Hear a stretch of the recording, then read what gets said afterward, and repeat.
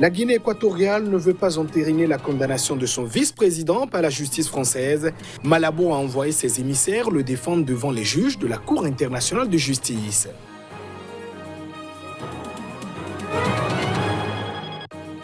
La lutte contre le terrorisme s'invite dans la campagne de Fort Gnassingbé. Le président togolais était en déplacement dans le Nord. Il est à la conquête d'un 4e mandat.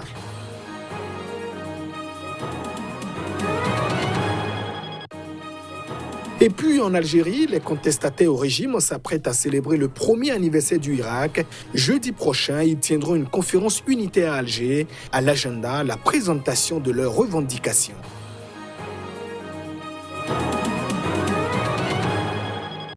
Voilà pour le sommaire de cette édition. Merci de nous choisir pour vous informer. La Guinée équatoriale, aux côtés de son vice-président Théodorine Obiang-Nguema, devant la Cour internationale de justice, le pays a dénoncé le traitement arbitraire et discriminatoire de la France à son égard. C'est lors des audiences à La Haye, dans le bras de fer engagé donc à la suite des poursuites françaises. La France a soumis mon pays à un traitement totalement arbitraire et discriminatoire et par conséquent contraire au droit international, a affirmé devant la cour basée à La Haye Carmelo Mvononka, membre de la délégation de Malabo et ambassadeur de la Guinée équatoriale en Belgique et aux Pays-Bas. La Cour internationale de justice tient cette semaine des audiences publiques dans l'affaire dite des biens mal acquis, engagée devant la plus haute juridiction de l'ONU après des poursuites françaises à l'encontre du vice-président équato-guinéen. À plus d'une reprise, les tribunaux français ont jugé de manière inacceptable et sans aucune preuve le comportement de la Guinée équatoriale. Fils du président Théodoro Obiang Nguema, Théodorin Obiang, vice-président chargé notamment de la défense et de la sécurité de son pays, a été condamné le 10 février dernier par la Cour d'appel de Paris à 3 ans de prison avec sursis et 30 millions d'euros d'amende et de confiscation pour s'être bâti frauduleusement un patrimoine considérable en France. La Guinée équatoriale dénonce depuis le début de l'affaire une violation de l'immunité de Théodorin Obiang qui, selon la justice française, a pillé les caisses de l'État avant d'acheter des propriétés luxueuses dans les endroits les plus chers du monde.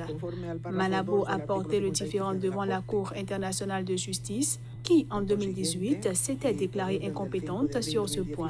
Elle s'est cependant déclarée compétente pour se prononcer sur le statut en tant que locaux diplomatique de l'immeuble situé au 42 avenue Foch à Paris.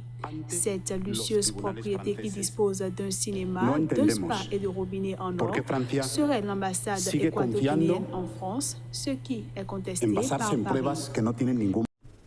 22 civils, dont 14 enfants et des femmes, dans un village du Cameroun anglophone, ont été tués. Des hommes armés ont en effet fait irruption. C'était donc le week-end dernier dans une province dans le nord-ouest du pays. C'est une minorité anglophone qui a été donc la cible de ces assaillants. Cet événement malheureux ébranle les populations camerounaises. L'opposition et des ONG locales ont accusé le gouvernement et les militaires qui combattent depuis 3 ans des groupes armés sécessionnistes anglophones d'être responsables de cette tuerie. Côté armé, un porte-parole militaire a démenti ces allégations. 22 personnes tuées dans un village du nord-ouest du Cameroun. D'après le chef du bureau de coordination des affaires humanitaires, les éléments de preuve indiquent que la majorité des victimes sont des femmes et des enfants. Le drame s'est déroulé vendredi. Le nord-ouest et le sud-ouest du Cameroun sont le théâtre depuis 3 ans de combats meurtriers entre militaires et séparatistes armés. Ces affrontements ainsi que les exactions et crimes commis par les deux camps, selon les ONG internationales, ont fait plus de 3000 morts et contraint plus de 700 000 personnes à fuir leur domicile. Ce nouveau drame touchant la minorité anglophone est survenu près d'une semaine après les élections législatives et municipales qui ont connu une faible participation selon l'Union africaine, en particulier dans les 2 provinces anglophones. Plus de 100 personnes avaient été enlevées dans les 2 régions par des rebelles dans les 2 semaines qui ont précédé les élections, selon Human Rights Watch. Par ailleurs, ni les résultats officiels de ces scrutins, ni même le taux de participation n'ont été rendus publics par le gouvernement à ce jour. Le Burundi se prépare pour la tenue de la présidentielle prévue pour le 20 mai prochain. L'heure est à la désignation des candidats par les partis désireux d'y prendre part. Le Conseil national pour la liberté, principal parti d'opposition, a désigné dimanche à Bujumbura son représentant, Agathon Rwasa, pour le représenter à ce scrutin. La candidature de Agathon Rwasa, choisie par le bureau exécutif du principal parti d'opposition au Burundi, a été dimanche présentée aux milliers de congressistes présents au cours d'une séance à huis clos. À 56 ans, ce chef historique des rebelles Hutus des Forces nationales de libération est considéré comme le principal rival du général Évariste Ndayishimiye, candidat du parti au pouvoir au Burundi, également issu d'un mouvement rebelle Hutu, le CNDD-FDD au pouvoir. Allons aux élections, et s'il y a ceux qui pensent être plus grands que les autres, nous leur demandons de respecter ce que les Burundais auront voté, parce que la voix d'un haut gradé de l'armée équivaut à celle d'un ministre, d'un chômeur, d'un éleveur ou d'un agriculteur. Ceux qui utilisent la force ou ceux qui sont liés par les divisions ethniques passées, qu'ils se remettent en cause parce que notre pays a besoin d'une force unificatrice pour qu'il y ait un progrès durable. Les élections semblent de plus en plus ouvertes, même si le parti au pouvoir au Burundi tente de tout verrouiller, estime un diplomate qui a requis l'anonymat en faisant allusion à la décision du président actuel Pierre Nkurunziza de ne pas se présenter. Au pouvoir depuis 2005, ce dernier avait surpris en annonçant en juin 2018 qu'il ne se présenterait pas à sa succession en 2020, alors que la nouvelle constitution modifiée par référendum le lui permettait. En meeting dans le nord du Togo, à quelques kilomètres de la frontière avec le Burkina Faso, le président Faure Issozimna Yassingbe se pose en rempart face au terrorisme. L'actuel chef d'État est donc à la conquête d'un 4e mandat présidentiel. Faure Gnassingbé, chef de l'État togolais et candidat à sa propre succession pour la présidentielle du 22 février, a appelé lors de sa campagne dans le nord du pays à préserver la nation contre le terrorisme et l'extrémisme violent. Il était en meeting itinérant dans le nord, surtout à Sine-Kassé, ville togolaise frontalière avec le Burkina Faso, pays constamment menacé par des actes terroristes. Je vous remercie également pour le soutien que vous avez exprimé. Le soutien apporté à l'opération Ndjouaré, qui a pour but de sécuriser nos frontières pour mieux protéger notre territoire et surtout nos populations. Nous avons toujours été une sous-région paisible, mais depuis 2012 et la chute du régime de Muammar Kadhafi, le Mali a été pris dans la tourmente et depuis, le terrorisme se répand.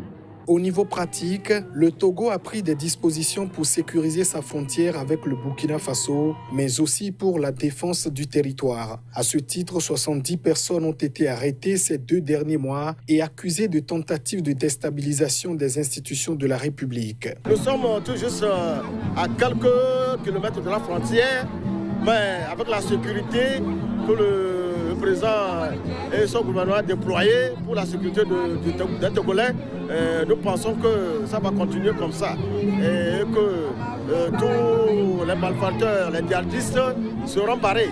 Déclenché en 2012 au Mali, le phénomène du terrorisme s'est étendu rapidement aux pays voisins, faisant des victimes parmi les civils et les militaires. La campagne électorale se poursuit jusqu'au 20 février prochain avec 7 candidats en lice.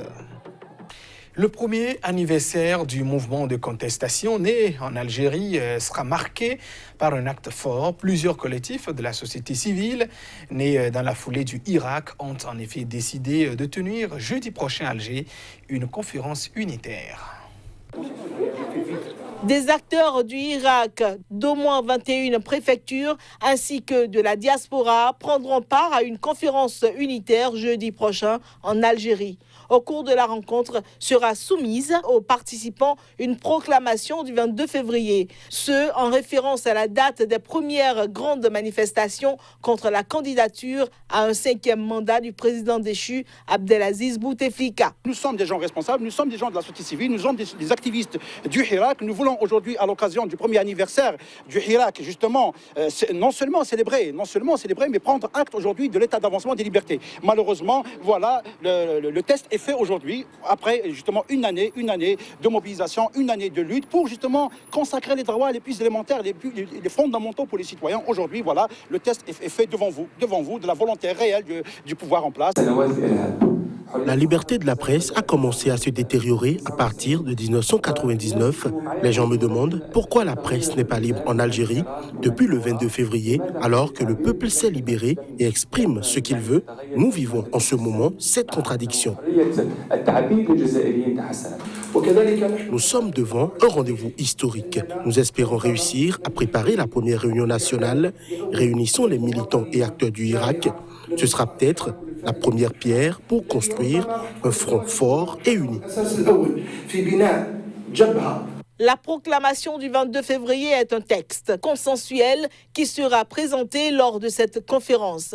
Le document s'inspire des revendications du Hirak et de ses slogans. Le Hirak a obtenu la démission de Bouteflika début avril 2019, mais il continue de réclamer une véritable rupture avec le système politique en place depuis l'indépendance du pays en 1962. Mesdames et messieurs, c'est ainsi que se referme cette édition. Merci de votre attention. Au revoir.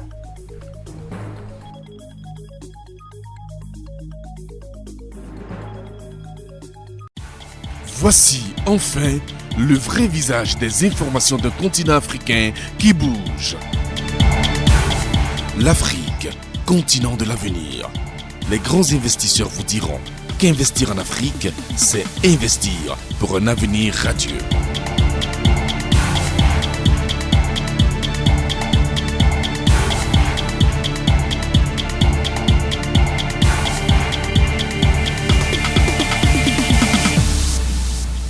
Sika, c'est la nouvelle chaîne de télévision exclusivement consacrée à l'actualité socio-économique, toutes les 30 minutes en Afrique. Sika, c'est la chaîne des grands investisseurs, de l'actualité des investissements et de l'évolution des affaires sur le continent.